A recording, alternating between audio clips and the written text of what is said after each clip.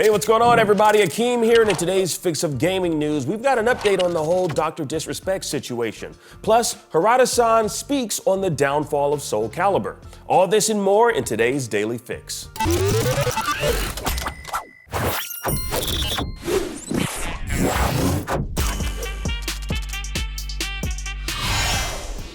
Dark days for Dr. Disrespect as the famous streamer was ousted by Midnight Society, the game studio he co-founded.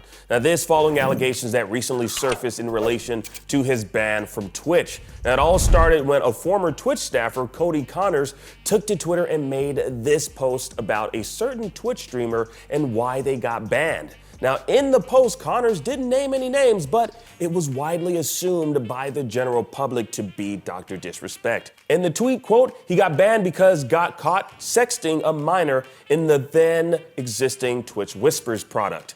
He was trying to meet up with her at TwitchCon. The powers that be could read in plain text. Case closed, gang. Connor's post was subsequently corroborated by two former Twitch employees that spoke with The Verge. One, a former employee working on Twitch's trust and safety team at the time of the ban, who went on to state that a significant amount of time had passed between the alleged messages were sent and they were reported to Twitch's moderation team.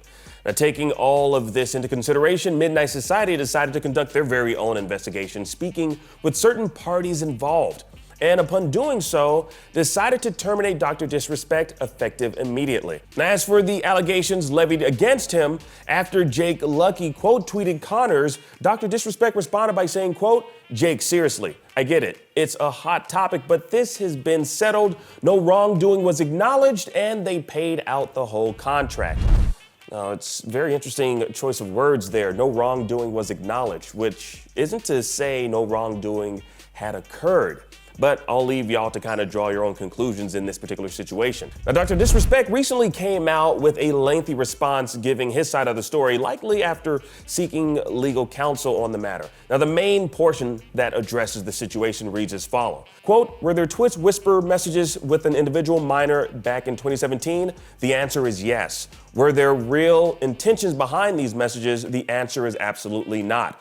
These were casual, mutual conversations that sometimes leaned too much in the direction of being inappropriate, but nothing more. Nothing illegal happened, no pictures were shared, no crimes were committed. I never even met the individual.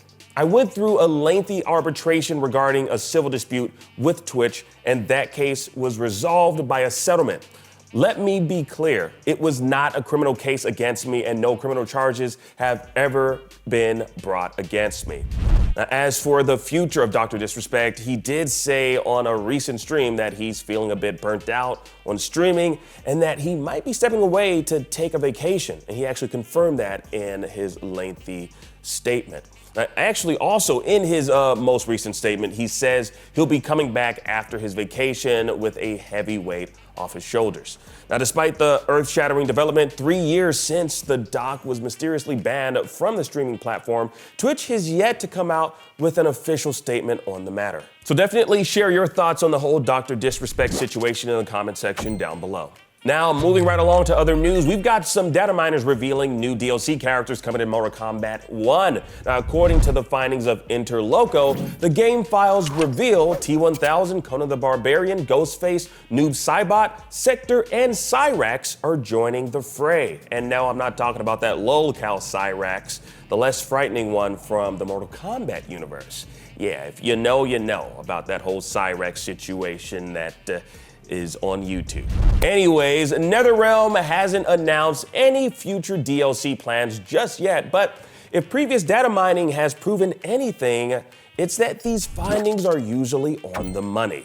And finally, the Tekken master himself, Katsuhiro Harada, explains why Soulcalibur disappeared from the arcade fighting genre. Now, responding to a tweet that remarked on Harada-san's prowess as a director on Tekken in relation to Soulcalibur lacking someone as committed as him, Harada-san made mention that Soulcalibur suffered its downfall due to the departure of key staff members, and despite being underneath the same Bandai Namco umbrella, both Tekken and Soulcalibur were rivals within the company. Now, he went on to say, quote, Project Soul was struggling to survive, or so it seemed to me, especially among its younger members. However, it seems that it was difficult for them to maintain their vision, will, and organizational structure now that they are no longer in the game development-centered world of the past, but rather a game development team that is just one of all the businesses in the group companies. Now, Harada-san did offer a semblance of hope by stating there are a few people at the company who have the will to bring back Project Soul if they choose to unite to do so. Now, speaking of uniting, IGN is joining forces, uniting with Gamescom LATAM to continue our Summer of Gaming coverage. And here's more on that. Do you want live coverage of another huge video game convention this summer?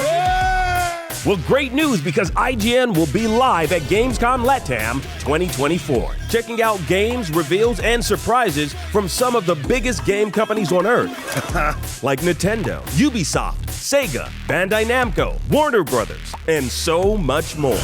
It's all part of IGN's Summer of Gaming, and it all kicks off Wednesday, June 26th. That looks like so much fun. I wish I was in Brazil for it, but I'm stuck here in America. Yeah. Anyways, that was your daily fix. I'm Akeem Lawanton, and thank you so much for watching. Now that you're caught up on today's gaming news, please go play some games. It's fun. Just grab a controller or a keyboard. I'm sure you'll have a lot of fun. Anyways, download the IGN app on all your devices, and for everything else, stick with IGN.